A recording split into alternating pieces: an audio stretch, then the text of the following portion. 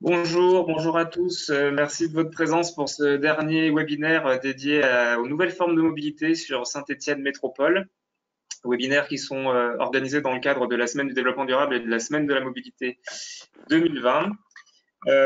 Bienvenue à tous. Je vous présente juste pour commencer les excuses de Sylvie Fayeul, notre vice-présidente en charge du développement durable et de la transition écologique, qui n'a pas pu se joindre à nous aujourd'hui. Avant d'entamer tout de suite le vif du sujet, je vous rappelle juste quelques éléments concernant ce webinaire. Vous pourrez poser vos questions à travers le chat qui se trouve donc dans un des bandeaux du logiciel de webinaire. N'hésitez pas à poser vos questions au fil de l'eau et j'interviendrai pour les poser aux participants.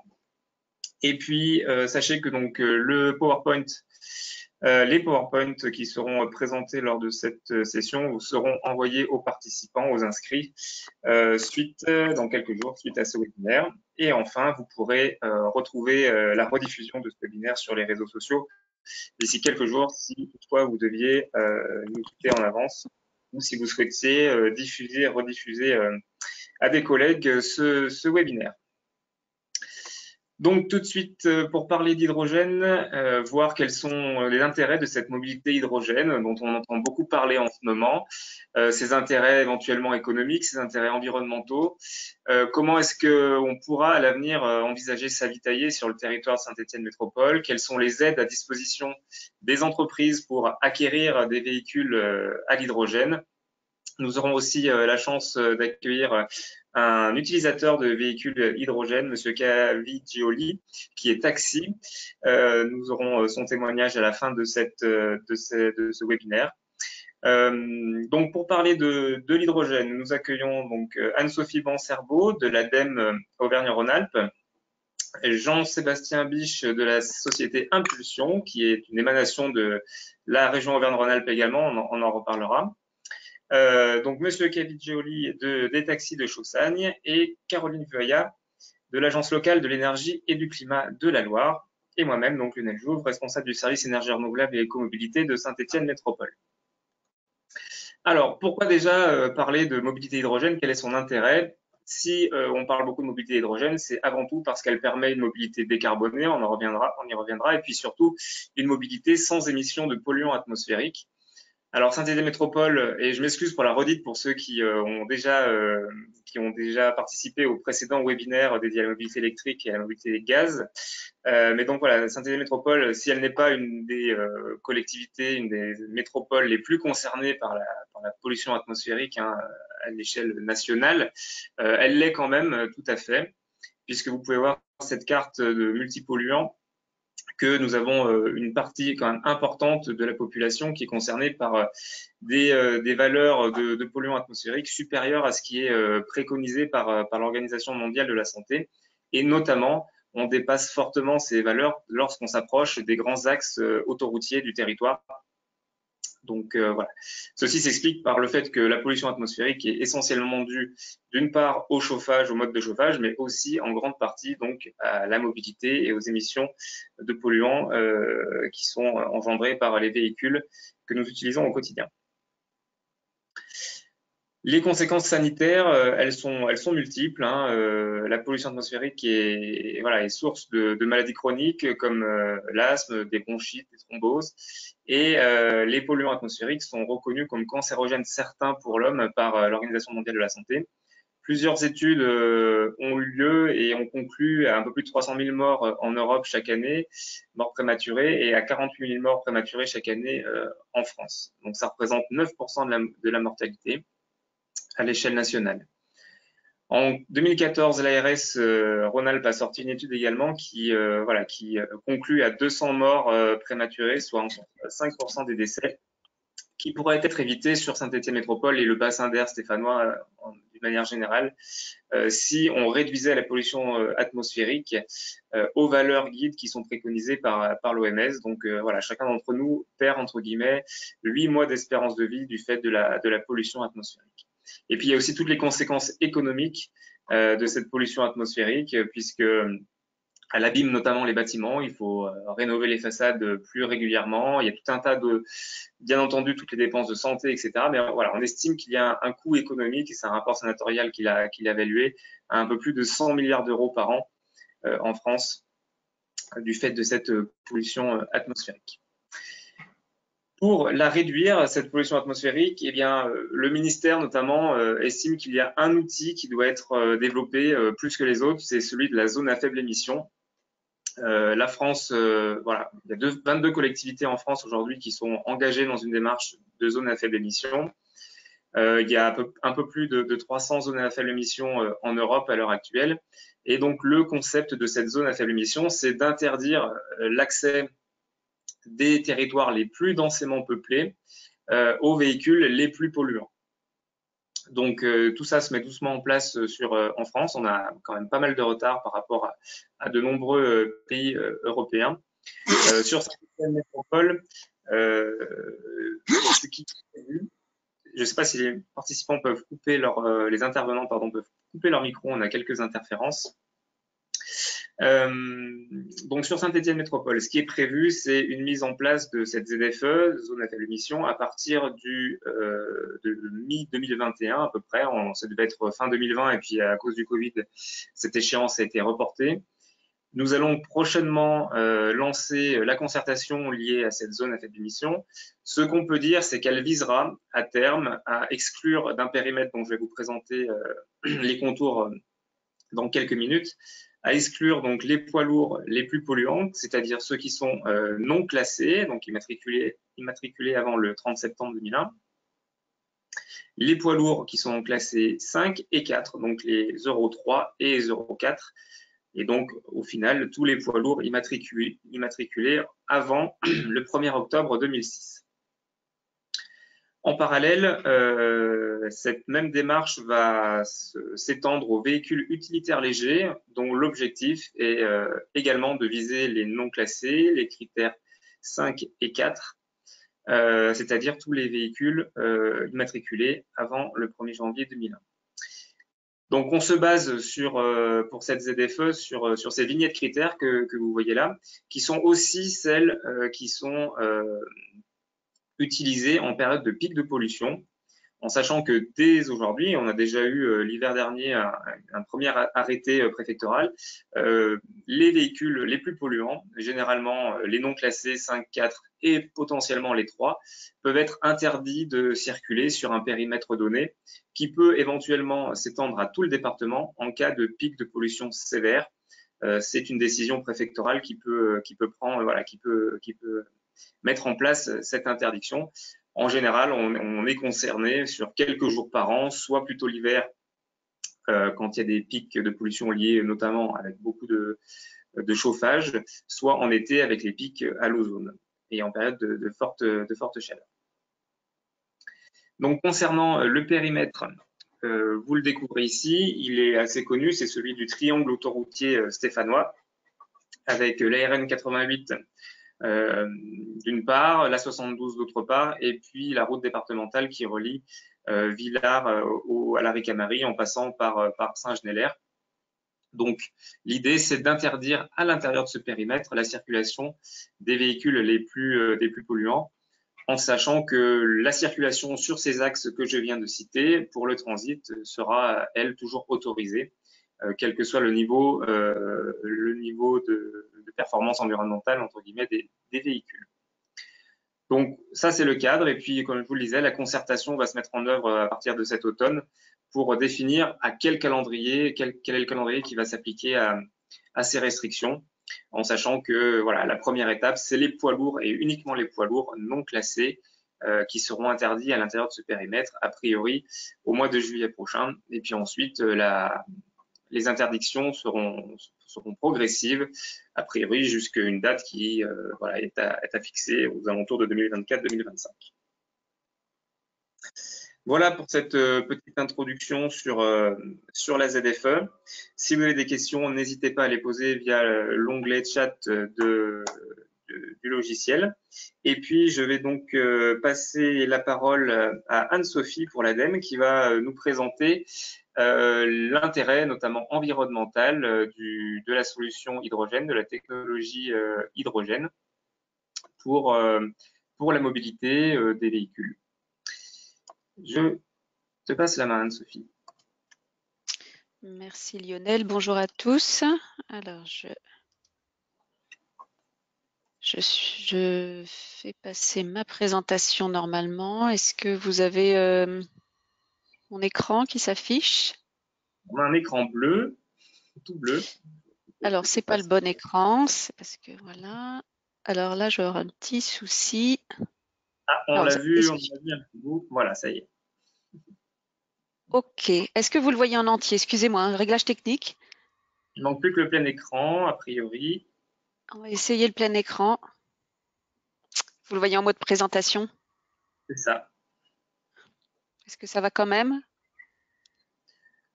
Oui, ça devrait aller. Bon, désolée pour cette présentation un peu petite peut-être pour vous. Donc, je suis Anne-Sophie Bancerbeau de l'ADEME Auvergne-Rhône-Alpes sur le site de Lyon. Je suis en charge de la thématique technologie de transport. Et donc, aujourd'hui, on va parler effectivement d'hydrogène et notamment les atouts de l'hydrogène pour un territoire durable. Alors, petit rappel peut-être sur l'hydrogène. Aujourd'hui, l'hydrogène qui est utilisé en France est principalement utilisé en industrie et il est dit gris. C'est sans doute des termes que vous avez déjà entendus. L'hydrogène gris, en fait, il est issu d'énergie fossile. Et l'objectif avec les projets qui sont développés et qui vous seront présentés est bien effectivement de passer à un hydrogène vert. Alors, pareil, c'est des termes qui évoluent aussi, une terminologie qui évolue. En tout cas, un hydrogène qui est issu d'électricité et notamment d'électricité renouvelable. Et effectivement, il faut bien retenir que l'hydrogène est un vecteur énergétique et pas une énergie en tant que telle, et notamment cet hydrogène permet de stocker les énergies intermittentes. Et bien sûr, on entend par énergie intermittente les énergies renouvelables, l'éolien et le solaire notamment. Pour petit rappel aussi, l'hydrogène est une des solutions qui fait partie d'un mix énergétique de solutions pour la mobilité, dans l'objectif de décarboner cette mobilité. Hein, voilà, il y a d'autres solutions qui existent, hein, qu'elles soient technologiques ou qu'elles soient comportementales. Et c'est vrai qu'il est important de le rappeler que c'est une des solutions et pas la seule solution existante. On fait aussi appel avant, notamment dans la mobilité, de changer de carburation. On fait appel notamment à la sobriété et à l'efficacité énergétique, notamment des équipements qui sont déjà présents et utilisés. L'hydrogène, tel qu'on l'entend dans les projets que l'on définit, auxquels on réfléchit et que l'on finance, c'est un hydrogène qui est produit à l'échelle locale et dans une logique territoriale. C'est là qu'est tout l'intérêt finalement de ce vecteur énergétique pour pouvoir justement éviter la dépendance que l'on peut avoir avec ces énergies, notamment aujourd'hui fossiles, et remettre sur nos territoires la production d'énergie au cœur de nos territoires. Le vecteur hydrogène, il doit être choisi uniquement si l'électricité ne peut pas remplir ce service. Ça, c'est une notion à bien intégrer dans les projets qui peuvent être mis en place. Aujourd'hui, l'hydrogène permet une extension notamment de l'autonomie des véhicules électriques. Et par conséquent, les cibles des véhicules hydrogènes sont différentes des cibles des véhicules électriques. Donc, si on prend l'exemple du cas d'usage qui est celui du vélo à hydrogène, il y a des gammes de vélos à hydrogène qui existent aujourd'hui. Il faut vraiment le mettre en perspective des usages que sont faits du véhicule électrique aujourd'hui. Si effectivement le véhicule électrique aujourd'hui n'est pas suffisant pour l'usage qu'on souhaite en faire, à ce moment-là, le vélo à hydrogène a sa place comme solution. Et l'hydrogène doit être absolument produit par électrolyse de l'eau. Donc, on casse spécifiquement la molécule d'eau pour pouvoir, avec de l'électricité, notamment de l'électricité renouvelable, pour pouvoir obtenir cette molécule d'hydrogène qui permet de stocker donc ces énergies intermittentes. Et c'est cette production-là, aujourd'hui, pour lesquelles on développe des projets par électrolyse de l'eau. Et l'objectif aussi, c'est que cet hydrogène soit produit par l'électrolyse de l'eau à proximité de son lieu de consommation.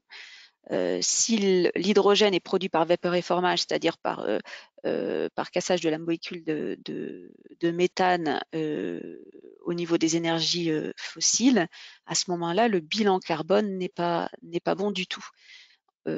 Pour information, d'ici très peu de temps, l'ADEME va sortir une analyse de cycle de vie qui permettra d'objectiver beaucoup plus les éléments liés à ce bilan gaz à effet de serre en lien avec la mobilité hydrogène.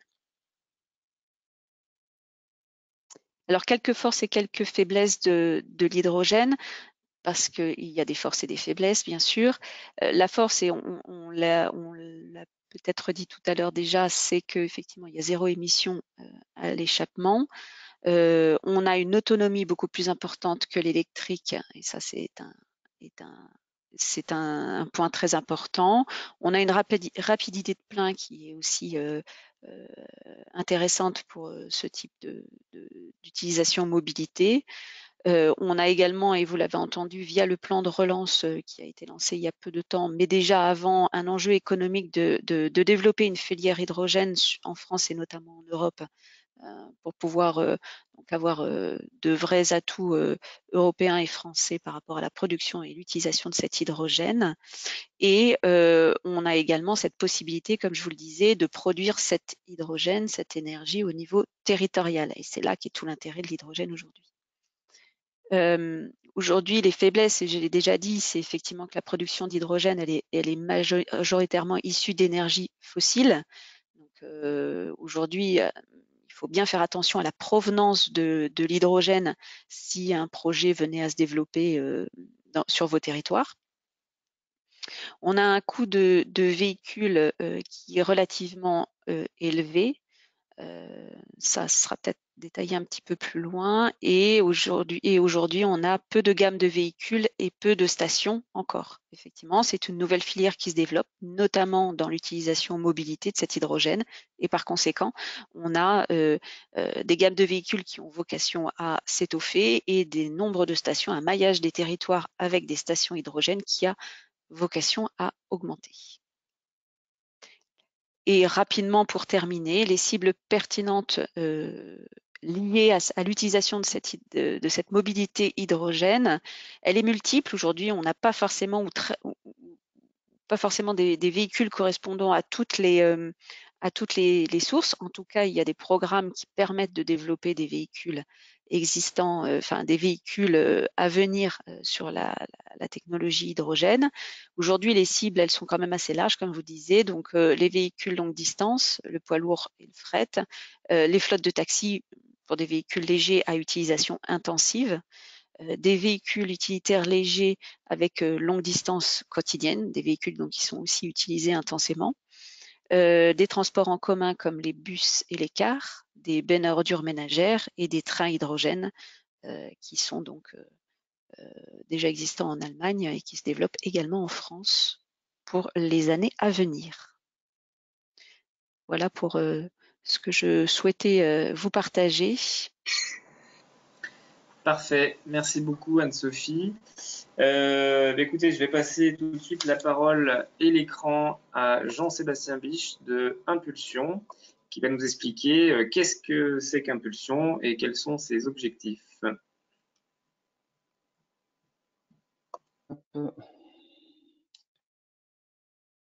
C'est tout bon, vous voyez mon écran? C'est tout bon. Bonjour, très bien. Écoutez, bonjour à tous, et puis merci à Saint-Étienne Métropole et à Lionel d'avoir organisé ce webinaire sur le marché, sur un nouveau marché qui est en train de naître, qui est celui de l'hydrogène. Donc merci Anne-Sophie d'avoir fait l'introduction très générale de l'accompagnement hydrogène. Moi, je vais vous faire un petit zoom sur un projet concret qui s'appuie quasiment mot pour mot sur les propos que vient de mettre en avant Anne-Sophie de l'ADEME. Donc le projet, c'est le projet Zero Emission Valley. Pourquoi on a mis en place ce projet? Alors quand je dis on, c'est la volonté de la région Auvergne-Rhône-Alpes qui a décidé pour accélérer l'amélioration de la qualité de l'air, de travailler dans un premier temps sur la mobilité légère. Et comme le disait tout à l'heure Anne-Sophie, l'hydrogène est un système, est une solution qui permet d'améliorer la qualité de l'air, mais ce n'est pas le seul. Mais l'avantage de pouvoir lancer une opération sur un marché qui n'existe pas, c'est qu'on peut l'amorcer sur une première brique qui nous semble intéressante et facilement accessible dans un premier temps, à savoir la mobilité légère. Au-delà d'amorcer un marché de la filière de l'hydrogène, c'était aussi une volonté économique et de faire sortir les futurs champions économiques de demain de notre région sur l'ensemble des briques de la chaîne de valeur. Donc, pour utiliser de l'hydrogène, il y a toute une phase de production, une phase de distribution et des composantes intermédiaires. Donc, comment s'assurer qu'on est capable de produire localement son hydrogène vert et qu'il puisse être consommé localement à travers un usage qui reste inventé, et on se focalise aujourd'hui sur la mobilité légère. Après, il y a une ambition politique qui est clairement affichée et qui est importante, parce que sans la volonté politique, on n'y arriverait pas, parce que quand on veut amorcer un marché qui n'existe pas, c'est compliqué d'y aller seul quand on est un industriel sans la volonté politique. Donc l'idée est vraiment de devenir la première région hydrogène d'Europe, avec des projets très emblématiques comme celui que je porte donc au sein de la région Auvergne-Rhône-Alpes, qui s'appelle Zero Emission Valley. Alors, le projet, pour ceux qui ne le connaissent pas, c'est un projet qui a été signé en 2017 entre la région et l'Europe, qui a comme ambition de déployer avant fin 2023 20 stations sur l'ensemble du territoire auvergne-rhône-alpin et déployer de façon simultanée 1000 véhicules. Alors, pour nous aider, l'Europe peut nous octroyer jusqu'à 10 millions 100 de subventions. Mais la question qui est vite arrivée sur la table, c'est se dire, mais finalement, comment on va être capable d'installer les stations, qui est une activité technique et qui n'est pas dans les compétences de la région. Donc, toutes les études juridiques nous ont orientés vers la mise en place d'une entreprise commerciale, donc la société Impulsion, pour laquelle je suis aussi en lien pour le développement du projet ZEV. Et la société Impulsion a trouvé écho auprès d'industriels, donc Engie, Michelin, et puis des financeurs publics et privés que sont la Banque des Territoires et le Crédit Agricole. Et couplés à la région, ensemble, ils ont réussi à mettre sur un plan de financement la somme nécessaire pour pouvoir déployer, exploiter, installer l'ensemble des 20 stations. Par contre, je vous ai parlé qu'au départ, c'était un déploiement simultané entre les stations et les véhicules.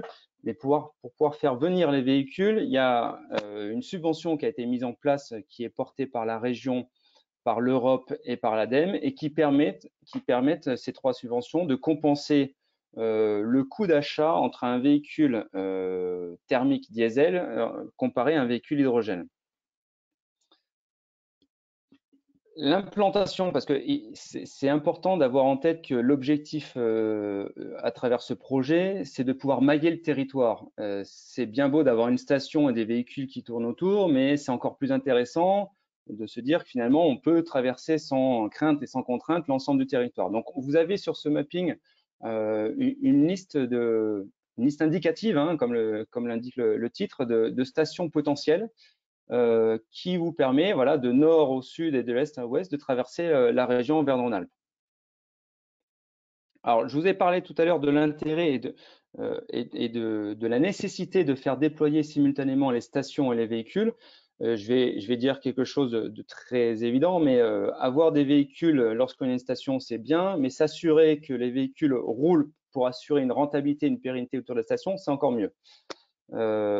Donc, pour ce faire, on a mis en place une première salve de subventions donc, qui est portée par la région et l'Europe, qui va couvrir 1000 véhicules, de véhicules utilitaires légers et de véhicules de tourisme. Donc, on va jusqu'à un PTAC de 3,5 tonnes. Donc, on va jusqu'au fourgon équivalent master à peu près. Et la subvention est conditionnée à plusieurs critères d'éligibilité, à savoir la taille de l'entreprise, donc petite, moyenne et grande, les collectivités et les associations étant intégrées dans la catégorie petite entreprise. Et dans les lignes, vous voyez des leviers, des cliquets de subventions calculés par rapport à un nombre de kilomètres par an à faire pendant 4 ans. Et si vous prenez la subvention maximale que vous pouvez imaginer, elle est de 12 000 €, décomposée d'une subvention de la région qui, elle, est variable en fonction du nombre de kilomètres, et d'une subvention de l'Europe qui, elle, est fixe, quel que soit le nombre de kilomètres effectués. Alors, je fais attention dans la présentation de dire c'est pas une incitation à rouler le plus possible à l'hydrogène, puisqu'on est dans une optique d'amélioration de la qualité de l'air et de désengorger évidemment les vallées et tous les axes autoroutiers. L'idée, c'est pas rouler au maximum et on sera content en vous donnant une grosse subvention. Je suis volontairement un peu provoque, mais l'idée est plutôt de dire vous, acteurs publics et privés qui avez à disposition des véhicules diesel dans votre flotte captive, analysez cette flotte, déterminer le véhicule qui serait le plus susceptible à être changé et converti en véhicule hydrogène, et à ce moment-là, bénéficier de la subvention qui correspond au nombre de kilomètres que ce véhicule a l'habitude de faire. C'est important que vous ayez ça en tête, parce que c'est avant tout une analyse du besoin qui corrobore à la subvention qui est possible. Cette subvention est donc liée à de l'achat ou de la location, achat neuf ou occasion. Alors l'occasion, évidemment, vous allez me dire qu'il n'y a pas de marché, je vous l'ai dit plusieurs fois, mais c'est un accélérateur de mise à disposition de véhicules, puisque les concessionnaires qui travaillent beaucoup avec nous sur ces opérations-là font de l'avance de commande de véhicules, et ils ont la possibilité, lorsqu'un prospect a envie vraiment d'acheter son véhicule, de faire bénéficier de la subvention, si évidemment le concessionnaire n'a pas eu en amont, et du coup il y a une petite accélération de mise à disposition des véhicules. Et donc les choses qui sont importantes, je vous l'ai déjà évoqué, c'est un engagement, on s'engage tous ensemble, c'est-à-dire que l'arrivée de la station sera validée si et seulement si on a suffisamment de véhicules et de consommation autour de la station, parce qu'on sort du scope de l'expérimentation, on est vraiment dans une action pérenne et avec une attente de rentabilité par rapport aux actionnaires de la société Impulsion. Donc, on a besoin de visibilité et se dire quel est le nombre de kilomètres qui va être effectué par an pendant 4 ans, et se dire que finalement, ce nombre de kilomètres pourrait être transformé à un chiffre d'affaires qui permettrait d'assurer une certaine rentabilité de la station. Et il y a une chose qui est très importante, c'est que vous avez, et Anne-Sophie l'a dit plusieurs fois, l'intérêt, c'est de créer un hub territorial sur une zone qui reste à déterminer pour assurer que la production soit faite localement et que la consommation soit faite également en parallèle. Et donc, pour ce faire, on travaille avec les territoires et on travaille donc avec Lionel et Saint-Étienne Métropole. Et Lionel est votre interlocuteur, votre coordinateur ZEV local. C'est lui qui fera l'interface avec les demandes de subventions, c'est lui qui fera l'interface avec l'ensemble des membres des comités de gouvernance et qui permettra, en s'appuyant avec l'ensemble des acteurs de ce projet-là, d'aller conquérir, aller chercher des prospects qui seraient intéressés d'acquérir des véhicules de façon à faire venir le plus rapidement possible la station. Alors, je vous ai dit que voilà, la cible de ces subventions-là, donc ce qu'il faut retenir, c'est pour tout le monde sauf le particulier. Donc, entreprises, artisans, collectivités, associations qui sont évidemment localisées sur le territoire auvergne-rhône-alpin. On a une aide donc pour l'achat de véhicules utilitaires et du tourisme, neufs et d'occasion, et ce sont des subventions qui sont admissibles sous un esprit de coût d'investissement, d'acquisition de véhicules. En termes de critères d'éligibilité, alors je suis un peu redondant, mais je le dis parce que c'est hyper important pour assurer le process et valider la mise en place des subventions. Les demandes de subventions sont centralisées par le coordinateur local qui est le chef de projet local.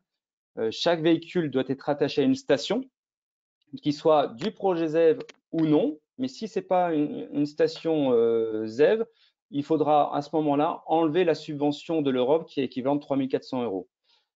Et il y a un petit engagement mais qui est lié au financement de l'Europe, c'est de s'engager à ce que le véhicule ne soit pas vendu en dehors de l'Europe pendant 5 ans. Donc, je vous ai mis en introduction qu'il y avait dans le projet 1200 véhicules. Donc, on vient de faire les 1000 premiers véhicules subventionnés par la région et par l'Europe. Et la société Impulsion a eu le plaisir de voir, d'avoir été retenu lors d'un appel à projet de l'ADEME qui nous a permis d'avoir une subvention complémentaire pour l'achat des stations au sein des pulsions, mais aussi un accompagnement pour déployer 200 véhicules supplémentaires. Donc, avec le même esprit, donc petite, moyenne et grande entreprise, pardon, et en se disant que l'objectif et la volonté de cette subvention est de pouvoir donner un coup d'accélérateur aux véhicules qui roulent un minimum de kilomètres par an et en ciblant principalement les usages taxi pour 50 véhicules. Et vous voyez, donc vous avez une subvention possible de 21 000 € si vous êtes une petite entreprise pour ce type de véhicule.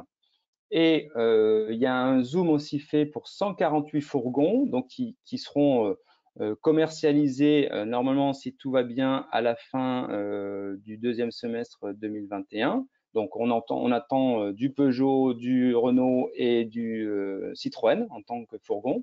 Donc, Master, Jumpy bon, son nom m'échappe pour le troisième constructeur, mais bon, vous les connaissez mieux que moi. Et vous avez une ligne de 2 bus dans le cadre de cette subvention qui permet également d'avoir une subvention assez importante pour pouvoir toujours dans l'esprit de compenser le coût d'achat entre un véhicule équivalent diesel et équivalent hydrogène. Et là, le contact pour la gestion de ces subventions, c'est la société Impulsion. Alors, une fois qu'on a dit ça, vous l'avez peut-être vu dans vos veilles, on a inauguré notre première station à Chambéry, donc le 14 février dernier. Donc, comme tout nouveau projet, on essuie un peu les plâtres, hein, on innove, on change, on rectifie les problématiques, on essaye de trouver le bon réglage à la fois technique et commercial avec nos différents prospects.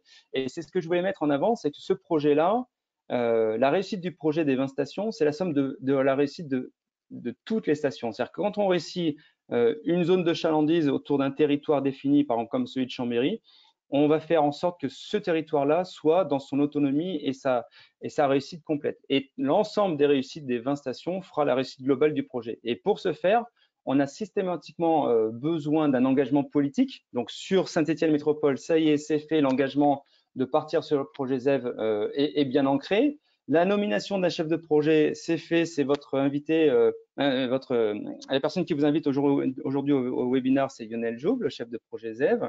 Et on est en train de travailler avec lui pour mettre en place tous les aspects de gouvernance et les comités techniques et les comités de pilotage pour un but, pour 2 objectifs principaux, valider le foncier, parce que vous avez compris que l'emplacement est hyper important, et la recherche des prospects dans une première optique de mobilité légère par rapport aux subventions qui existent, mais aussi de mobilité lourde à venir.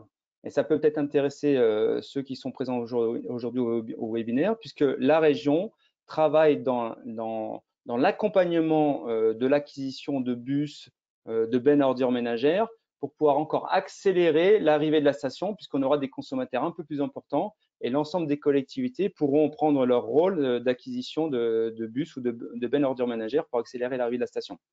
Donc, un seul objectif, mettre en place des hubs d'hydrogène vert. Et donc, si vous avez des questions, des contacts à noter, c'est Lionel et moi-même. Voilà, j'essaie d'être concis et rapide, mais en tout cas, je vous remercie pour votre écoute. C'est parfait. Merci Jean-Sébastien. Donc, vous l'avez compris, Saint-Étienne Métropole, la région Auvergne-Rhône-Alpes vous sollicite à partir d'aujourd'hui, très officiellement, pour contribuer à ce projet collectif pour créer une station hydrogène sur Saint-Étienne Métropole. Donc, vos structures sont et seront à nouveau sollicitées pour vous engager sur voilà, au moins l'acquisition d'un véhicule et puis pour toutes les structures qui sont voilà, de l'ordre des associations, qui ont des réseaux, bien entendu, on vous mobilisera également pour pouvoir mobiliser vos adhérents, faire connaître ce projet. Voilà, l'objectif, il est raisonnable, il n'est pas énorme. Il faut qu'on ait environ une 50aine de véhicules qui soient déployés pour que la station puisse voir le jour. Donc voilà, on compte sur vous. Les collectivités seront aussi bien entendu sollicitées pour faire en sorte que ce projet arrive à son terme. On vous en avait parlé en introduction. On va désormais laisser la parole à un utilisateur de véhicules hydrogène un utilisateur qui est donc taxi de profession et qui va nous dire un petit peu voilà, comment est-ce qu'il en est venu à l'hydrogène, quels sont pour lui les avantages, éventuellement les inconvénients d'un véhicule hydrogène. On va pouvoir poser des questions si vous en avez. N'hésitez pas, monsieur. J'ai perdu votre nom, Kavid Joly. Je vous laisse la parole pour nous expliquer un petit peu comment vous en êtes venu à l'hydrogène et ce que vous pouvez nous faire comme retour d'expérience sur le sujet.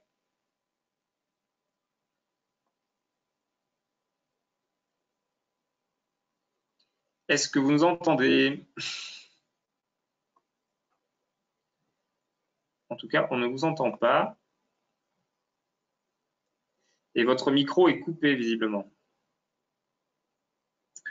Est-ce que vous pouvez remettre en service? Voilà. Est-ce que vous m'entendez? Cette fois-ci, c'est tout bon. Le petit icône est passé au vert. On vous entend parfaitement. Voilà, d'accord. Ok. Bon, bah, je suis dans la voiture, il pleut là. Alors bon, vous avez peut-être le bruit de la pluie. Je suis désolé. Pas de souci, bon, c'est direct. Voilà. Alors bon, nous sommes les taxis de Chautagne. Nous faisons partie de la station de Chambéry où nous rechargeons notre véhicule. Et puis actuellement, mon épouse, alors c'est mon épouse qui roule avec actuellement et elle pouvait pas être disponible à ce moment-là. Alors voilà, c'est pour ça que c'est moi qui prends la parole. Actuellement, en pas tout à fait 2 mois, on a fait à peu près 16 500 kilomètres. Et actuellement, bon, le problème, si vous voulez, c'est pour faire le plein. Actuellement, c'est encore un petit peu des soucis parce que bon, il y a le nouveau de la station. Et ça nous pose des fois un petit peu des problèmes actuellement, mais bon, en général, tout se passe pas trop mal. Et on arrive actuellement à faire de l'ordre de 600 km avec le plein. Voilà. Ensuite, bon, le confort de la route, il n'y a aucun souci, c'est vraiment très confortable. Et les clients apprécient aussi. Et puis, il faut dire que le fait, c'est pas une question de prix, hein, parce que le véhicule nous a coûté relativement cher, c'est sûr. À l'usage, ça coûte le prix du gazole. Faut être réaliste. Par contre, politiquement, par rapport, envers les clients, du fait que le véhicule purifie de l'air, les gens apprécient. Et sur le tableau de bord, on a par jour la quantité de CO2 qu'on purifie dans l'air. Voilà. Et oui. Je ne sais pas si quelqu'un veut des renseignements supplémentaires, mais… D'accord, merci. Oui, c'est vrai que c'est intéressant de voir qu'il y a un aspect pédagogique en plus qui se lie à la démarche pour vous qui avez affaire donc à des clients au quotidien. Vous nous avez parlé du confort, vous avez parlé du coût. Est-ce que, à part voilà les problématiques de recharge qu'il peut y avoir, parce qu'on est sur une station qui est toute neuve, avec je suppose voilà les premiers mois qui peuvent nécessiter quelques réglages. Est-ce qu'il y a d'autres inconvénients pour vous à la conduite d'un véhicule hydrogène? Non, alors absolument pas. L'autonomie est relativement bonne, par rapport à un véhicule électrique. Et en tout cas, bon, nous, dans la gamme de kilomètres qu'on fait, si vous voulez, on fait des trajets dans un rayon qui fait Grenoble-Lyon, Annecy-Chambéry. D'accord? Pour le moment, cet hiver, on verra du côté de Moutier et des stations. Mais en tout cas, sur le trajet qu'on fait, bon, on sait moi j'ai signé des contrats avec. Alors bon, l'avantage de la station de Chambéry, c'est qu'elle est à l'énergie verte, hein, d'accord, à l'hydrogène vert. J'ai signé des contrats avec certaines stations, style la station de Grenoble, de Grenoble, qui malheureusement est en 350 bars. Je pense que ça, c'est aussi un petit souci qui va disparaître avec le temps. En ayant discuté avec la société Attaway, qui fabrique des stations, le problème, c'est qu'avec 350 bars, suivant, pour ceux qui connaissent le phénomène, suivant où on est, ben, faut calculer grosso modo les véhicules. Bon, le véhicule qu'on a est donné constructeur à 660 km avec le plein d'hydrogène de 6 kg. D'accord? Alors, vous partez du principe que vous faites à peu près 100 grammes d'hydrogène au 100 km et vous pouvez calculer ça comme ça. Nous, on arrive actuellement à 0,8 kg d'hydrogène au 100 km, excusez-moi, et qui nous donne une autonomie d'un peu plus de 600 km. Par contre, si vous pouvez charger seulement avec la moitié, avec les stations à 350 bars, ça vous diminue, vous avez plus de 300 km. Alors, je pense que, bon, actuellement, si je veux traverser jusqu'à Bordeaux, j'ai pas trop de soucis parce que je peux recharger du côté d'Aurillac. Mais je pense que gentiment, les stations, il faudra qu'elles basculent avec du 700 bars un petit peu partout. Et pour le moment, pour monter à Paris, j'ai encore pas pris le risque. J'ai pris contact avec la société Hype qui a des taxis à hydrogène sur Paris, qui serait d'accord de me faire le plein s'il faut que je monte à Paris. Mais je me sens limité quand même. Alors bon, il y a un projet qui est du côté d'Auxerre qui nous ferait une station à mi-chemin qui nous permettrait d'être tranquille. Parce que c'est pas une question de pas faire le nombre de kilomètres, je pense qu'il n'y a pas de souci. Le seul problème, c'est d'être tranquille dans sa tête. Alors, quand il vous reste 40 kilomètres d'hydrogène en revenant de Grenoble, et vous n'êtes pas sûr de pouvoir revenir sur Chambéry faire le plein, vous n'êtes pas tranquille. Mais bon, je pense qu'avec l'usage, ça va se faire très bien. Nous, on a commandé un deuxième véhicule qui normalement arrive dans une quinzaine de jours. Et ma foi, bon, on est précurseur, hein, on essuie les plâtres aussi comme les autres, hein, comme vous disiez pour les stations, mais je pense qu'il y a de l'avenir là-dedans. Voilà. D'accord, parfait. Et est-ce Est-ce que que je peux compléter? Oui. Parce que du coup, Oui, bien sûr. c'est important pour ceux qui nous écoutent pour mettre en avant ce qu'il existe comme véhicules disponibles, commercialisés, parce que depuis tout à l'heure, on parle des véhicules, mais est-ce qu'ils existent vraiment sur le territoire? Oui, on a 3 marques aujourd'hui qui sont commercialisées. Donc, il y a la Hyundai Nexo qui est utilisée par donc, notre taxi pionnier des pionniers, parce qu'il s'est engagé bien avant et en plus, il roule beaucoup. Donc, on lui demande beaucoup de retour d'expérience et je l'en remercie encore. On a, donc c'est plutôt un SUV. On a Toyota qui propose une berline qui s'appelle la Mirai.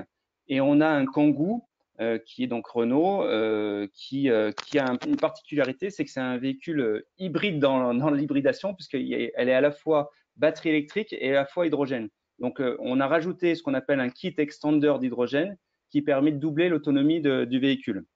Et si vous voulez retenir un chiffre, des ratios très simples, dites-vous qu'avec 1 kg d'hydrogène, on fait 100 km d'autonomie et la cible est de pouvoir avoir 10 € du kilo. Donc, on est un peu dans ces ratios de multiples de 10, 1 kg, 10 €, 100 km. Et c'est vraiment l'objectif qu'on se donne pour pouvoir produire et distribuer de l'hydrogène vert pour l'ensemble des acteurs de la région Auvergne-Rhône-Alpes. Parfait, merci Jean-Sébastien. En plus, donc, tu as répondu à une question qui était posée sur le prix du kilo d'hydrogène. Il y a une autre question, on y reviendra juste après. On va peut-être terminer avec notre taxi. Est-ce que, monsieur, vous arrivez, entre guillemets, à valoriser cet engagement avec l'hydrogène auprès de vos clients d'une autre manière que par l'affichage sur le tableau de bord? Est-ce que vous pouvez vendre peut-être plus de prestations auprès de nouveaux clients? Est-ce que pour vous, c'est un argument commercial efficace aujourd'hui, l'hydrogène, ou pas encore? Non, alors pas encore, parce que bon, le problème, c'est que bon, nous, on fait énormément de médical, hein, on est majoritairement conventionné CPAM. Le seul problème, c'est que mais bon, ça fait changer les mentalités et les idées, parce que bon, on transporte énormément de personnes âgées.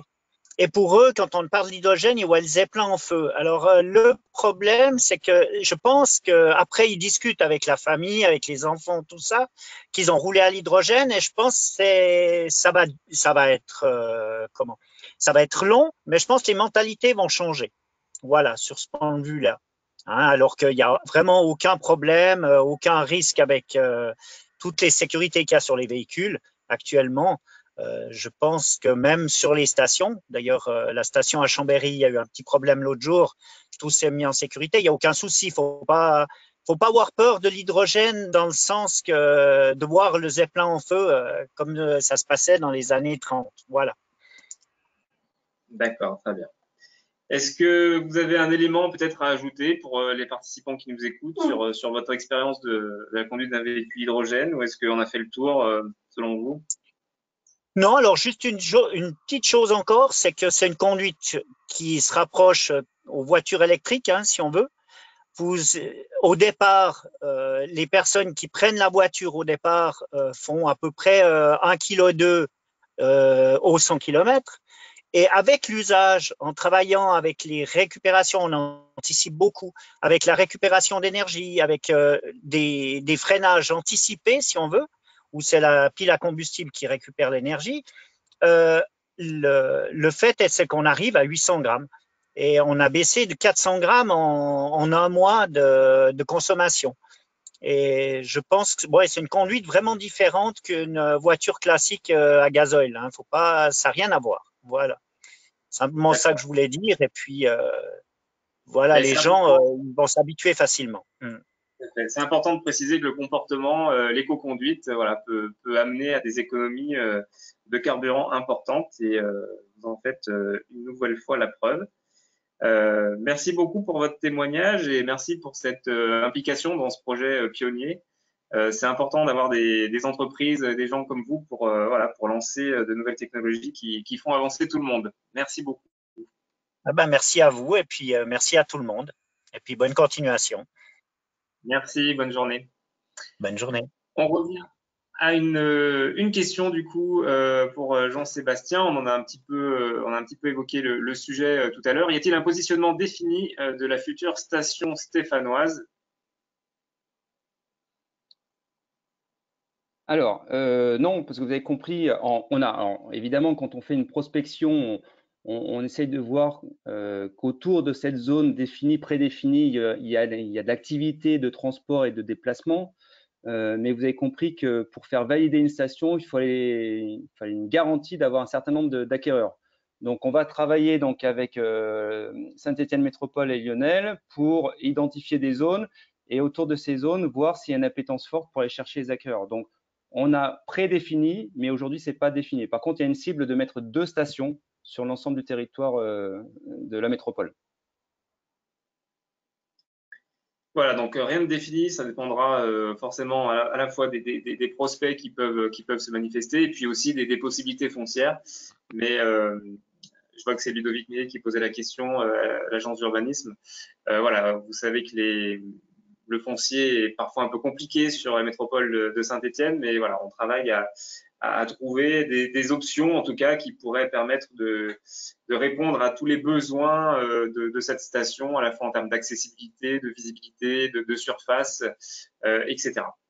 Et du coup, j'en profite de rebondir sur cette problématique-là. Si parmi ceux qui nous écoutent et les entreprises qui nous écoutent, qui ont du foncier, qui pourraient mettre à disposition dans le cadre du développement d'une station, alors toujours dans l'optique d'avoir un déploiement avec les véhicules, il sera évidemment étudié. Pour vous donner un ordre d'idée, il faut un minimum 2000 pour assurer le déploiement et les zones de contournement et la mise en place technique. Donc, aux bonnes âmes. 2000 mètres carrés. Une autre question qui vient de nous arriver, quelle est la durée de vie d'une pile à hydrogène?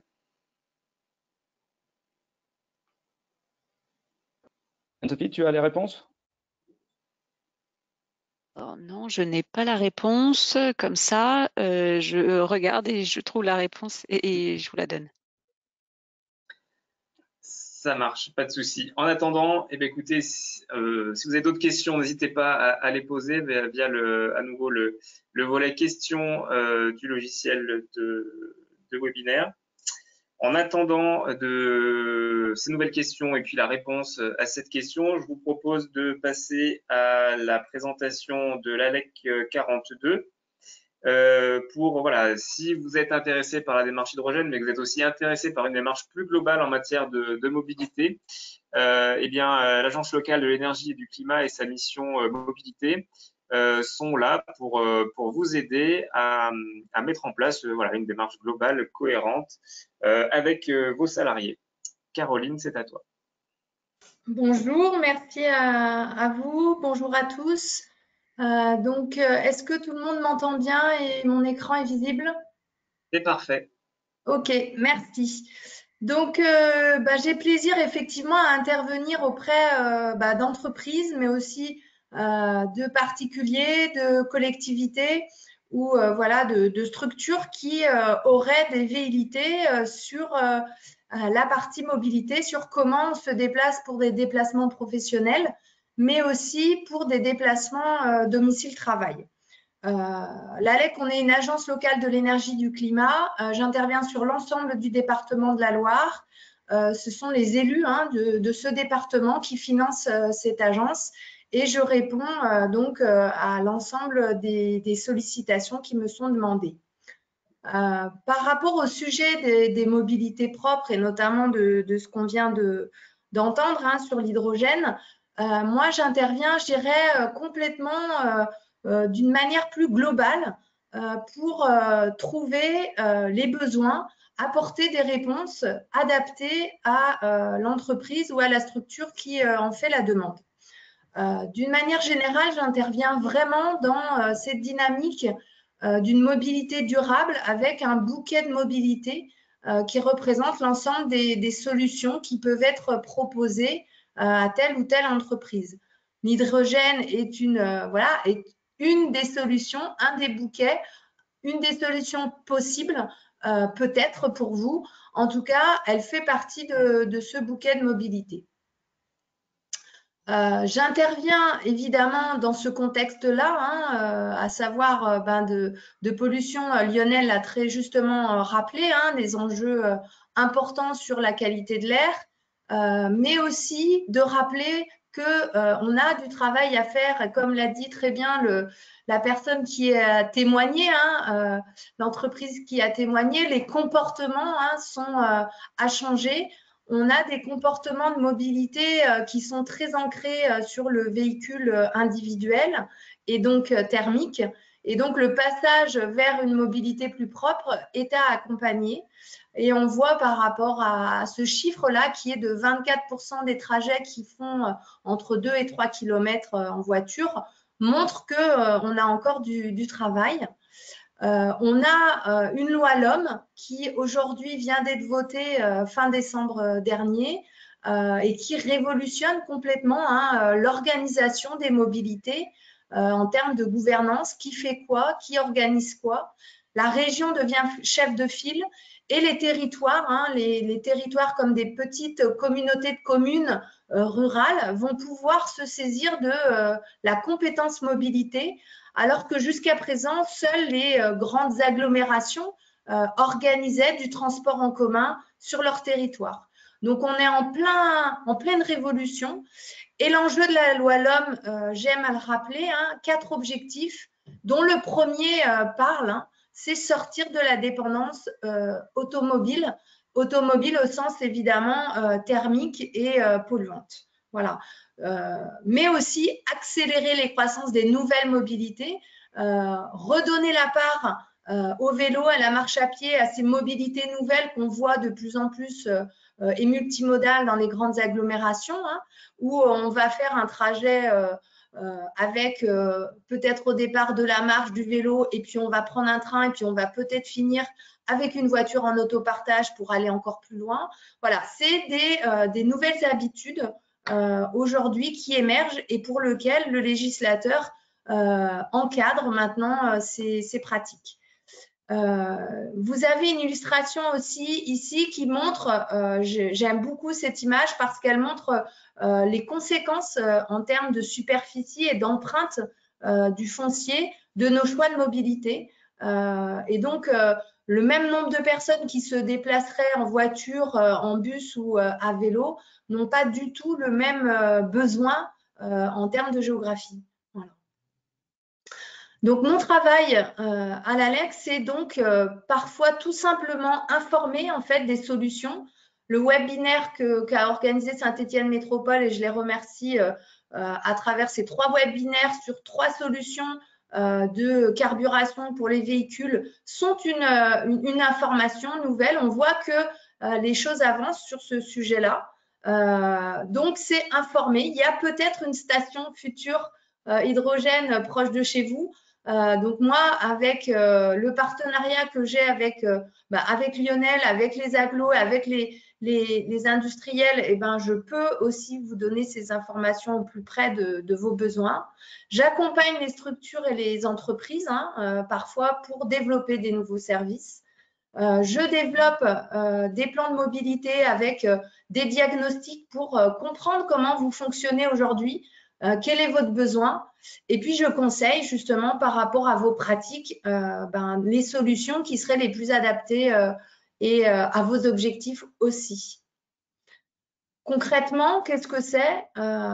C'est tout simplement parfois un plan de mobilité entreprise qui peut être développé avec la mise en œuvre, par exemple, du forfait mobilité durable où on va inciter les salariés de votre entreprise à venir travailler avec des modes plus respectueux. Historiquement, depuis un certain nombre d'années, les salariés qui venaient travailler avec un transport en commun étaient remboursés à 50%. Aujourd'hui, le forfait mobilité durable va pouvoir apporter un financement pour des salariés qui viendraient à vélo, mais aussi en covoiturage. Donc ça, c'est nouveau. Pour des entreprises dans le cadre de plans de mobilité, connaître les besoins, c'est faire état de la demande. Donc, étudier les flottes de véhicules, quelles sont leurs carburations, quels sont leurs déplacements, de quoi ont-ils besoin, est-ce qu'ils se déplacent beaucoup, combien font-ils de kilomètres, est-ce que la solution électrique ou hydrogène pourrait être une réponse pour eux.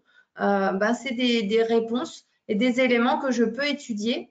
Est-ce que vos salariés ou vos collaborateurs, vos chauffeurs, si vous êtes par exemple une entreprise de transport, sont prêts à utiliser cette nouvelle voiture à l'hydrogène ou pas? Quelle est socialement la position en fait et l'acceptation sociale de votre structure et de vos salariés? Et donc, j'accompagne aussi sur le long terme des plans de mobilité entreprise. Et donc, ici, vous avez des illustrations très simples sur comment ça se matérialise. Ça peut être finalement installé au sein d'une entreprise ou d'un quartier, un abri à vélo de qualité. Ça peut être mettre en avant du partage de voitures pour les déplacements professionnels, inciter du covoiturage, du télétravail, tester des vélos. Ou tout simplement rappeler qu'on peut mettre son vélo dans le transport interurbain de la Loire qui va très loin sur notre territoire. Et ou encore, qu'est-ce que les vignettes critères? Mais on en a déjà bien parlé en début de séance. Et pour terminer, un témoignage d'une entreprise qui illustre bien qu'un plan de mobilité, c'est quelque chose d'important pour des entreprises comme Thales avec 370 collaborateurs. On pourrait croire que c'est très compliqué pour eux parce qu'ils sont nombreux. Néanmoins, ils ont fait leur plan de mobilité sans que ça soit quelque chose de trop lourd. Ils ont commencé en 2018 et régulièrement, ils mènent des actions avec un challenge mobilité. J'en ai encore pas parlé. C'était le 22 septembre dernier. Une belle opération de la région Auvergne-Rhône-Alpes qui signait sa 10e édition cette année. Et qui incite sur une journée des salariés d'entreprise à tester un nouveau mode, puisque malheureusement, on est tous ancrés dans nos voitures tous les jours, tous les matins. Quand on regarde sur les rocades, et Saint-Étienne ne fait pas exception, on est tout seul dans sa voiture, dans un embouteillage avant d'arriver au travail.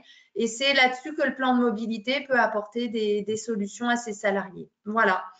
J'en ai terminé. Évidemment, je suis à votre disposition. Vous pouvez me contacter avec ma collègue Rachel Voron. On étudiera vos besoins. Voilà, merci. Merci Caroline. Juste une petite question concernant ton intervention. Ludovic Meillet qui demande si les chiffres que tu as présentés sur la part des déplacements en ville de moins de 3 km sont nationaux ou locaux? Oui, c'est des chiffres nationaux. C'est vrai qu'on a accès à des chiffres, à des données locales qui sont plus précises, notamment d'ailleurs à travers l'enquête ménage déplacement qui est en cours de renouvellement. Mais voilà, du coup, en attendant ces derniers chiffres, on se base sur les chiffres nationaux pour ces présentations. Est-ce que Jean-Sébastien ou Anne-Sophie avaient la réponse à la question sur la durée de vie de la pile à hydrogène? Oui. Alors, grâce à mes experts nationaux et à nos connexions, donc en fait la pile à la pile à combustible, hein, on l'appelle la pile à combustible, c'est bien de celle-ci dont on parle, qui est dans le véhicule. Elle a une durée de vie en moyenne aujourd'hui de 5000 heures. Alors, ça dépend donc effectivement de l'utilisation du véhicule que l'on en fait par rapport au nombre d'années qu'elle peut atteindre. Pour autant, ça fait partie des évolutions et des travaux qui continuent à être faits sur cette filière qui est émergente pour justement optimiser les éléments, les composants, on va dire, de cette mobilité hydrogène. Donc, il est à penser que voilà, le travail qui est fait, comme ça a été fait à l'époque sur les batteries, le travail qui est fait sur la pile à combustible sera le même dans les mois et les années à venir pour augmenter sa durée et optimiser cette utilisation. Parfait. Est-ce qu'il y a des remarques des intervenants? Jean-Sébastien? Je reste à la disposition. S'il y a des questions qui viendraient après, donc via Lionel ou moi directement, n'hésitez pas. Bon, parfait. S'il n'y a pas d'autres questions, et je n'en ai pas vu arriver, non, toujours pas, et ben, il me reste à vous remercier tous pour tous les intervenants déjà pour la qualité de vos interventions. Un grand merci à tous les participants d'avoir participé à ce webinaire et puis pour un certain nombre aux 2 webinaires précédents. Comme je le disais en introduction, eh bien, vous pourrez a priori voir la rediffusion de ce webinaire sur les réseaux sociaux d'ici quelques jours.